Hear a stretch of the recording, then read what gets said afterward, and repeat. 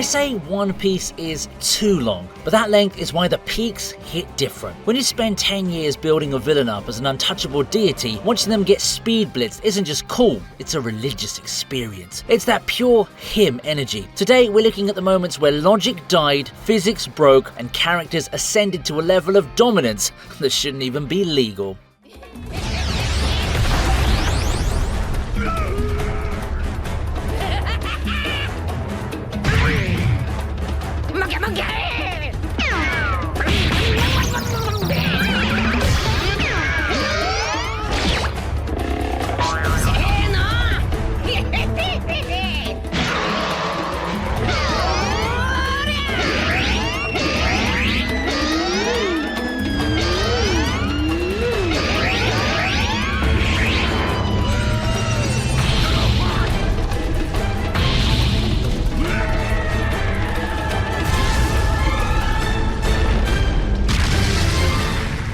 Let's be real for a second. We all expected the final power-up to be edgy. I was ready for Gear Death covered in black haki screaming about destiny while Linkin Park played in the background. Instead, Luffy looked at the strongest creature in history and decided to turn the genre into Looney Tunes. When Luffy grabbed lightning out of the sky like it was a prop from a hardware store, I realized this wasn't about power levels anymore. It was about imagination. He turned Kaido, a dragon who's traumatized an entire country for 20 years, into a literal jump rope. It felt like the author himself stepped into the frame, handed Luffy the pen and said, do whatever you want. It's absolute freedom, terrifying and hilarious in equal measures.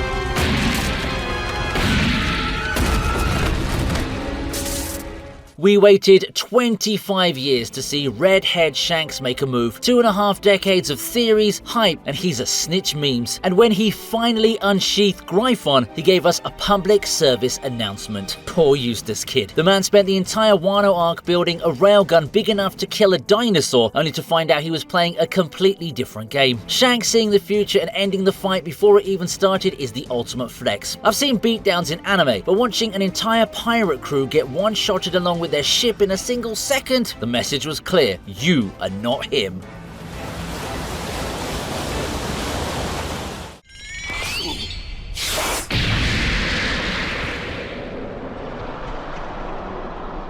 There's something profoundly disturbing about the strongest man in the world fighting in complete silence.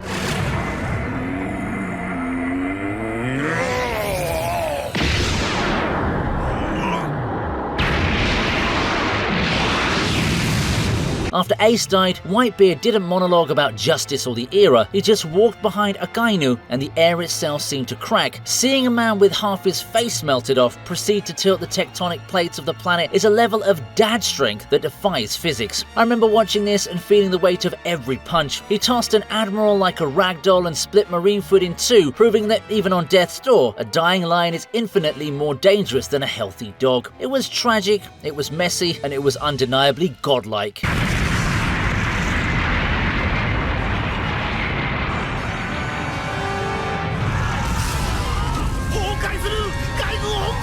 There's God mode that screams, and then there's God mode that whispers.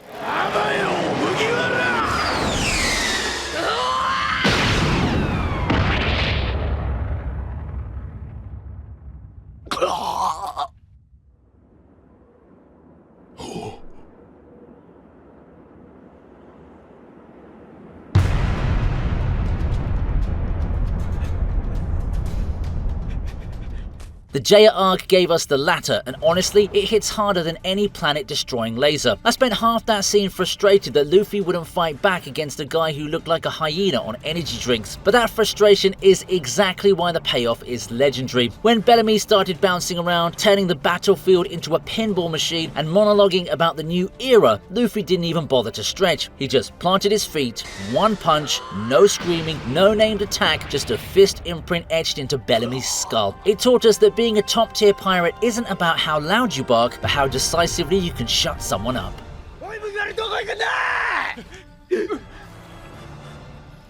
どこって？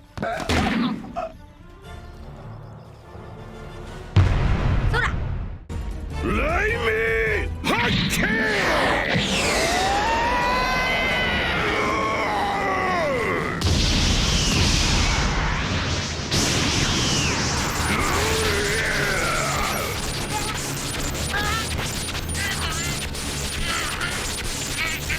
We spent hundreds of episodes watching Luffy master Gear 4th. Boundmount was the solution to everything. It folded Doflamingo and cracked Cracker. So when Luffy unleashed his strongest form on Kaido in Act 1 of Wano, I expected a war. I expected a struggle. Instead, Kaido, who was blackout drunk, took the hits like a relaxing massage, sighed, and sobered up instantly. The Thunder Bagua that followed was a hard factory reset for the power scaling. Seeing our protagonist lying unconscious from a single club swing, that's the narrative grabbing you by the collar and screaming that the game's changed. It perfectly established the Yonko not as opponents, but as natural disasters that you can't just shonen protagonist your way through.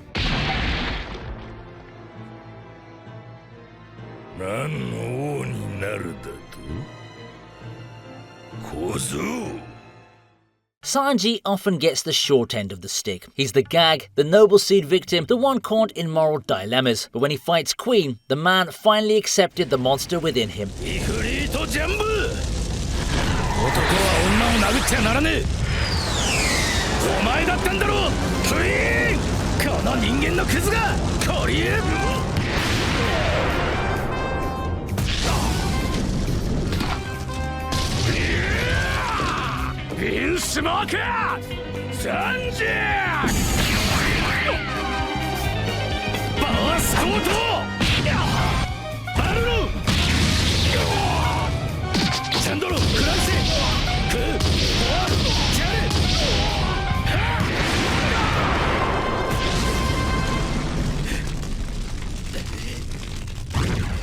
No more running from his Germa genes, no more doubting his humanity. He combined his exoskeleton with his haki to create blue flames hotter than magma, and for a few minutes, the cook stepped out of the kitchen and served a full-course beatdown. He kicked an ancient dinosaur cyborg so hard that he flew off the entire island of Onigashima. It was the explosive reminder that while Luffy and Zoro are monsters, Sanji's the one who will literally rearrange your facial structure if you waste food or hurt a lady.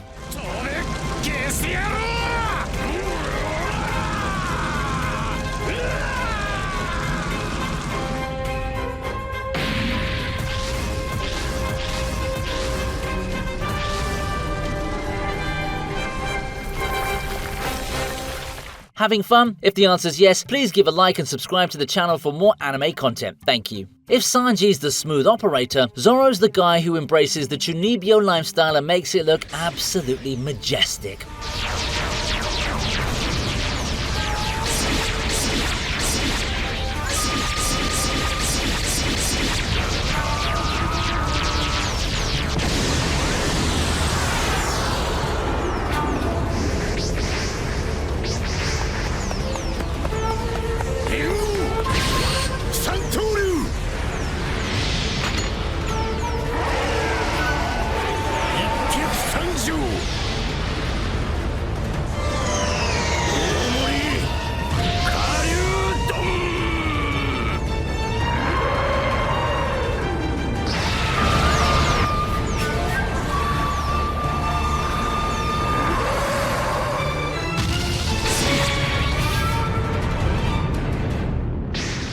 Against King, a literal Lunarian god with defense stats maxed out, Zoro decided that if he couldn't be a hero, he'd just become the king of hell. I don't know what kind of deal Toei made with the devil for the animation quality here, but every frame looked like a Renaissance painting on fire. When he finally cut through the Imperial Dragon, slicing off the wing of a deity, it wasn't just a sword slash, it was Zoro telling physics to sit down and shut up. He radiates that final boss energy where you start feeling bad for the villains trying to stop him. It was edgy, it was over the top, and it was glorious. なってやろうじゃねえか。地獄の王に。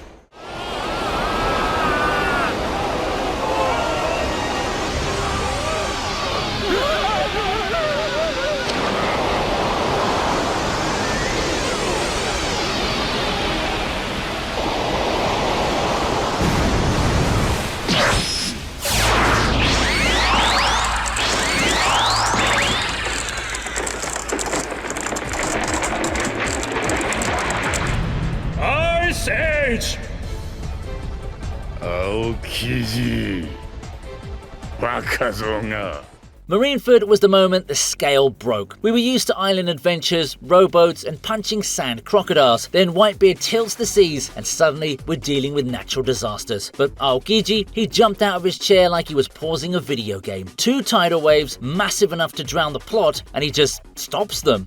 Ice Age. We realized that the admirals weren't just strong fighters, they were forces of nature dressed in drip. It set the tone immediately. If you want to play at the top table, you need to be able to alter the geography of the map on a Tuesday afternoon. It was cool, literal, and figurative. 俺も今やりてえように生きてんだ Going back to the East Blue, we thought Zoro was the main character. He was cool, 3 swords, invincible.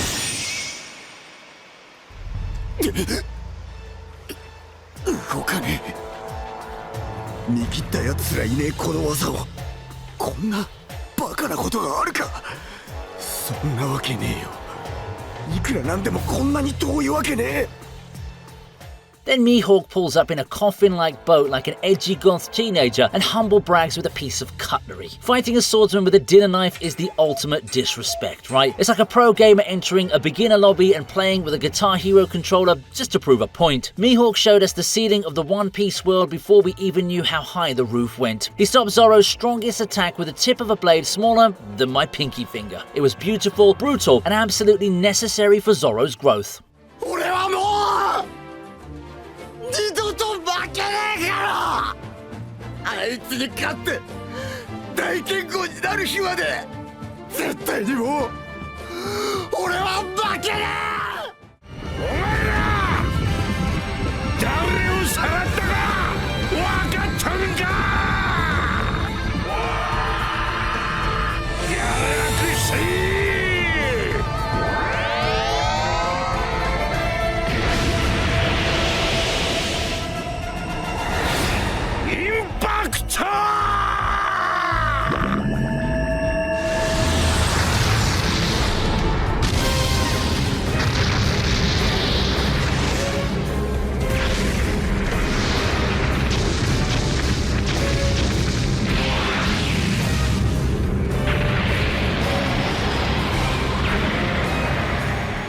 We heard the stories, Garp the hero, the rival of Roger. But for 1,000 episodes, he was just Luffy's loud grandpa throwing cannonballs and eating crackers. Then he flies a ship, literally flies a battleship, over an island and decides to drop a nuke made of pure Haki, Galaxy Impact. It didn't even touch the ground. The shockwave destroyed a town while he was laughing. It's that terrifying reminder that in anime, the wrinkles aren't signs of age, they're signs of experience points. Garp looked at a fortress of pirates and treated it like a minor inconvenience. It's the kind of power that makes you realize why the Pirate King era was built different. They weren't fighting with devil fruits, they were fighting with bare hands and bad attitudes.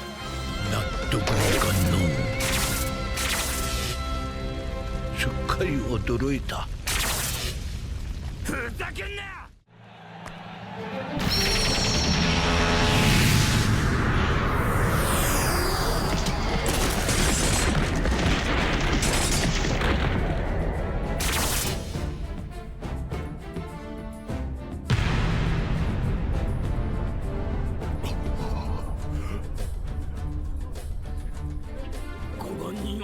一瞬でこれは破棄。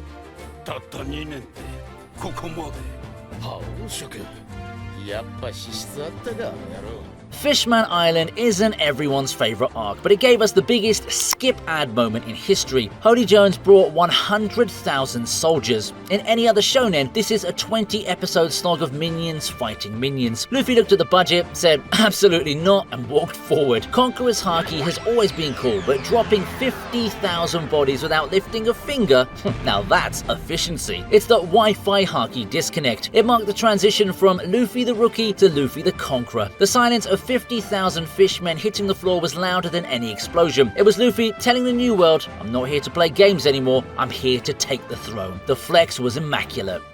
お前がどんなとこでどういう王になろうと勝手だけどな。海賊の王者は一人で十分だ。 The worst generation arrived thinking they were the main characters of the story. Then Admiral Kizaru showed up and clarified that they were actually just NPCs.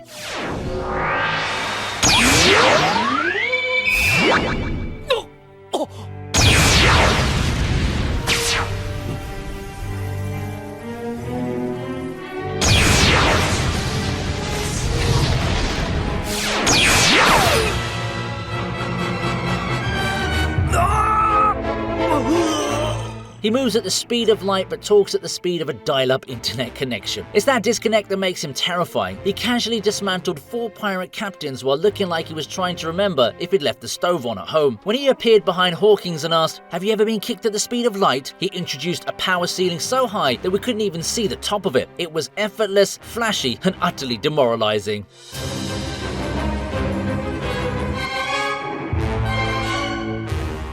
We buy the plushies. We love the cotton candy lover bounty poster. We think of Chopper as the cute little doctor who hides behind walls the wrong way. But Eni's lobby reminded us that at his core, he is a badass. モンスターだよ。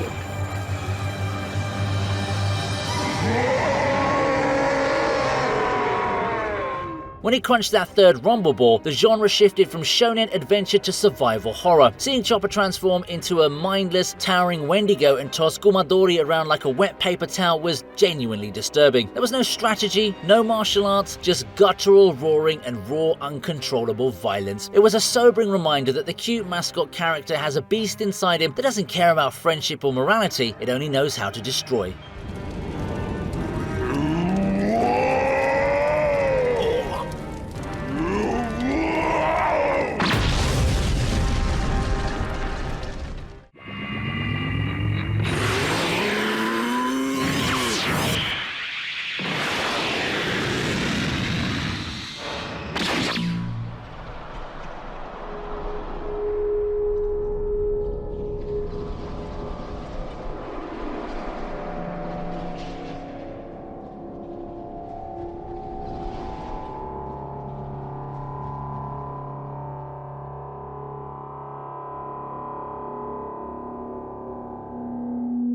頂上戦争から2年」「誰が何を動かした」 Trafalgar Law had a rough start in the New World. He spent half of Punk Hazard getting bullied, heart-swapped, and beaten up. Doflamingo gave us this whole speech about how Virgo's Haki was impenetrable, hyping up the Purple Bamboo Man as an unstoppable tank, and Law listened to all that yapping, activated Room, and decided to silence the haters by cutting the entire server in half. He didn't just slice Virgo, he sliced the Sad Tank, the laboratory, and the mountain range behind them. It was the visual definition of overkill. Seeing the top half of a mountain slide off while Law stood there, hat low, was the moment he went from cool support character to absolute problem. The surgeon didn't operate, he performed an amputation on the landscape. 歯車を壊したぞ。もう誰も引き返せねえ。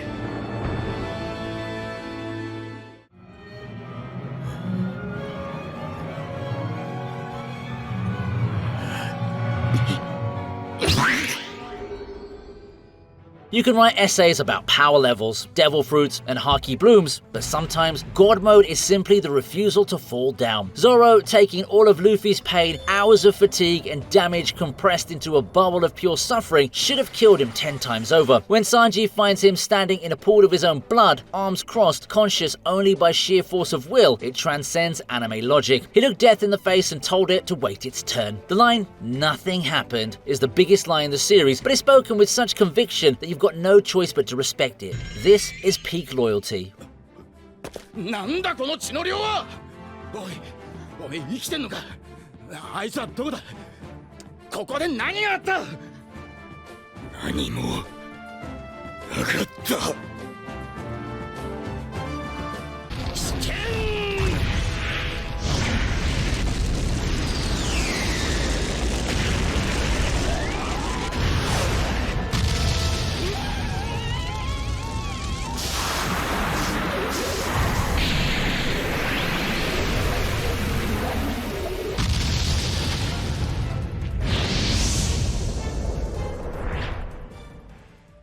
For years, the hole in our chest left by Ace burned just as hot as the one in his. So when Sabo stepped into the ring at Dressrosa and took a bite of that fruit, it felt like a spiritual healing session. He didn't need a training arc, he grabbed the Mira Mira no Mi and immediately vaporized the entire Colosseum floor with a single fire fist. It was the ultimate hello world. Watching him roast the competition with that signature pipe and top hat combination was pure, unadulterated hype mixed with a tear-jerking sense of closure. Luffy couldn't believe Sabo was alive, others couldn't believe that he took over Mira Mira no Mi. In all the chaos, the brothers said that they're back in town.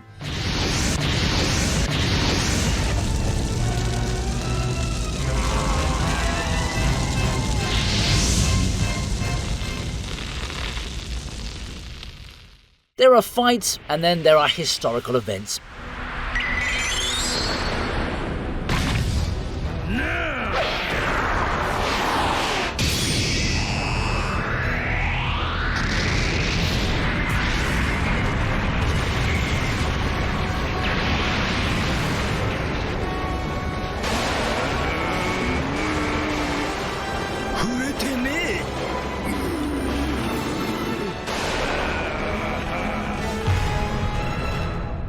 We spent nearly 1,000 episodes hearing about the Pirate King like he was a myth, a ghost story told to scare Marines. Then, the Oden flashback dropped and we finally saw the peak. When Roger and Whitebeard clashed, their weapons didn't even touch. That visual of the black lightning ball expanding while their blades hovered inches apart recontextualized everything we knew about Haki. Watching these two laugh while blowing away clouds across the entire island made every other fight in the series look like kids playing in a sandbox. It was the definitive proof that the King of the Pirates wasn't just a title, it was a weight class that only 2 men in history could exist in.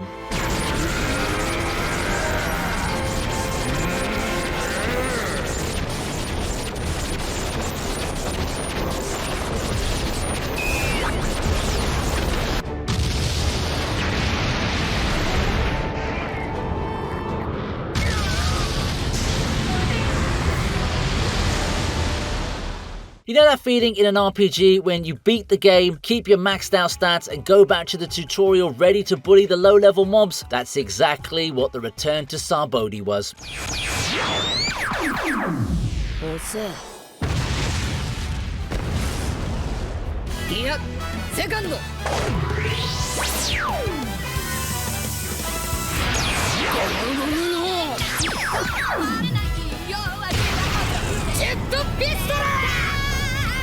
Unibaraのやつ、覇気をまとって。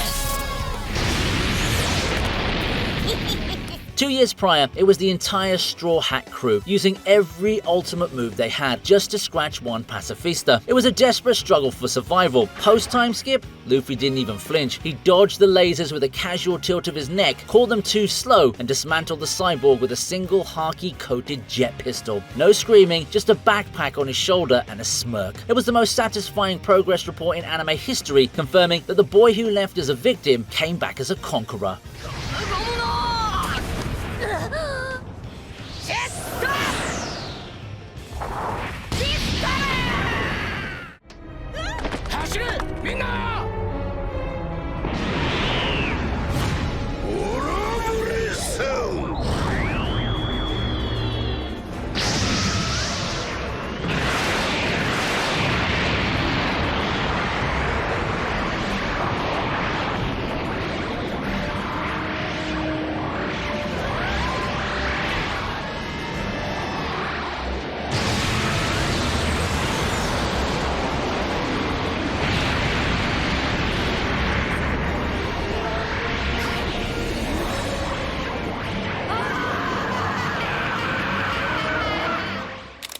knew Kaido was a creature, we knew he was strong, but seeing him transform into a colossal azure dragon that filled the entire sky over Wano was a different type of spectacle. When he opened his mouth and fired a bolo breath from miles away, vaporizing the ruins of Oden Castle in a nuclear flash of heat, the scale of the series shifted again. I remember watching the sheer distance that attack traveled and realizing that the Straw Hats weren't fighting a pirate captain anymore, they were fighting a natural disaster that could fly. It set the tone for Wano perfectly. You're just ants fighting a god.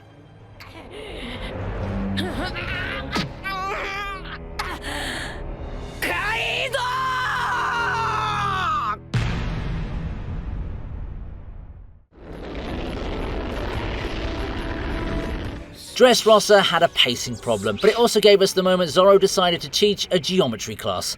一大三千大戦世界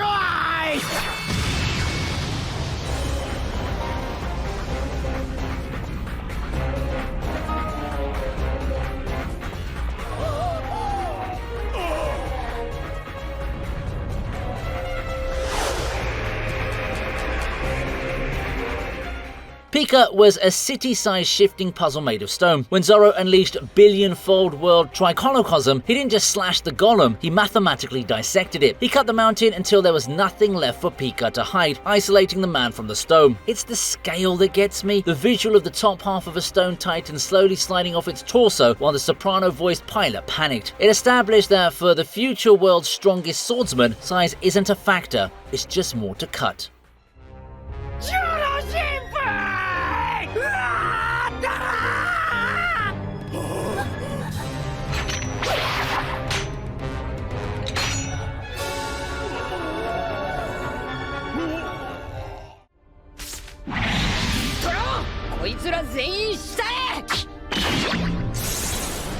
Episode 1015 wasn't an anime episode, it was a cinematic flex that belongs in the Louvre.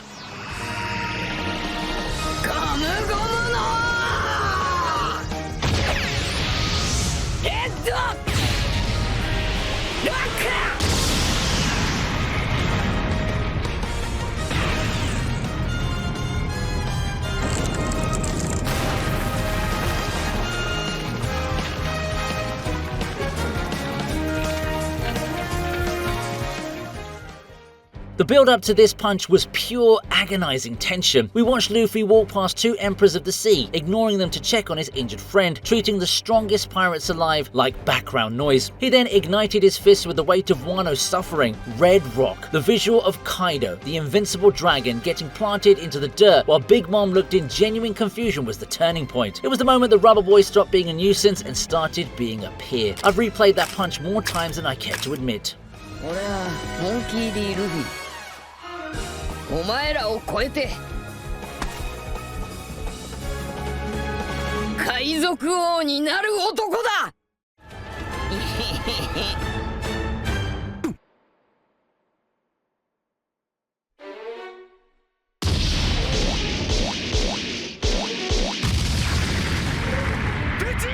Rematches in anime are supposed to be tense, gritty affairs where old rivals settle the score. Luffy vs Rob Lucci on Egghead wasn't that. It was a bullying session. Lucci came in with his awakened Zoan form, looking edgy and menacing, ready for a war. Luffy responded by turning into a rubber hose cartoon and treating a Scipio assassin like a prop in a comedy routine. He spun Lucci around like pizza dough, slept mid-dodge, and laughed the entire time. It was a jarring, hilarious display of the gap between them now. Lucci is fighting for the world government, Luffy's fighting with the logic of Tom and Jerry. You can't be a guy who can manifest goggles out of his head just because he thinks it looks cool. It was total, unmitigated disrespect.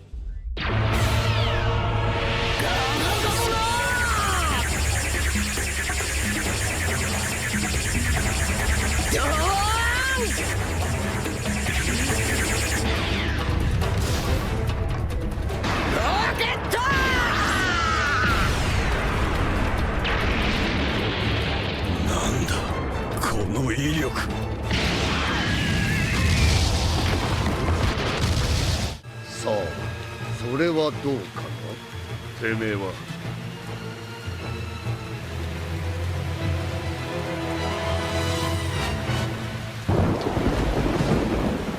政府はてめえの首を欲しがってるぜ。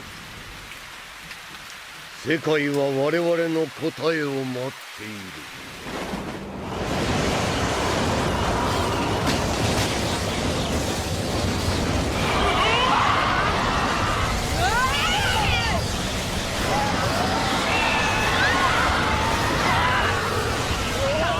In Logetown, Smoker had Luffy pinned. The execution was set. It was over. Then the wind changed. Dragon didn't throw a punch. He just existed, and the weather bowed to him. A green storm swept through the town. Lightning struck the execution platform with surgical precision, and the guns of the Marines jammed. He walked through the chaos like a ghost, silently saving his son and sending the Straw Hats to the Grand Line. We still don't know his powers 20 years later, but that introduction remains one of the most menacing displays of aura in anime history. 世界に問いかける。我らはいずれ出会う日も来るだろう。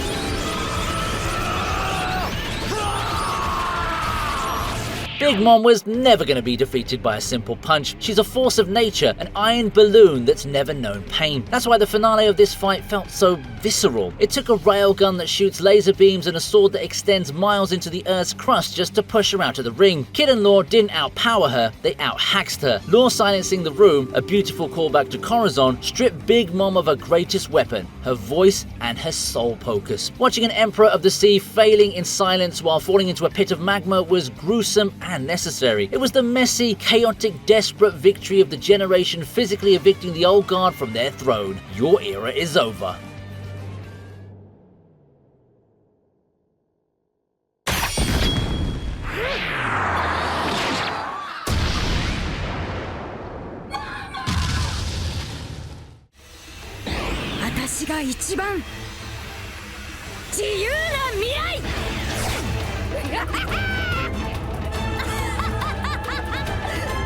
If one sun god is a problem, two is a glitch in the Matrix.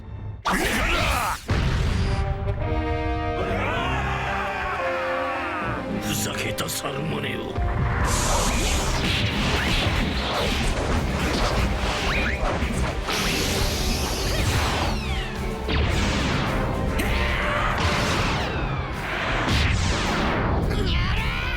いかに続け。 For the entire Egghead arc, Saturn was pure nightmare fuel, a regenerating spider demon symbolizing absolute, crushing authority. Bonnie's life was a tragedy written by this man, so seeing Luffy tell her to just imagine harder and watching her tap into distorted future to spawn a second Nika form, that's peak fiction. Seeing them sync up for a dual giant punch turned the scariest entity in the government into a literal punching bag. It was the perfect thematic counter. Saturn wants to control reality, but Nika is imagination. Watching them laugh while turning a Gorosei member into pizza dough was the most cathartic.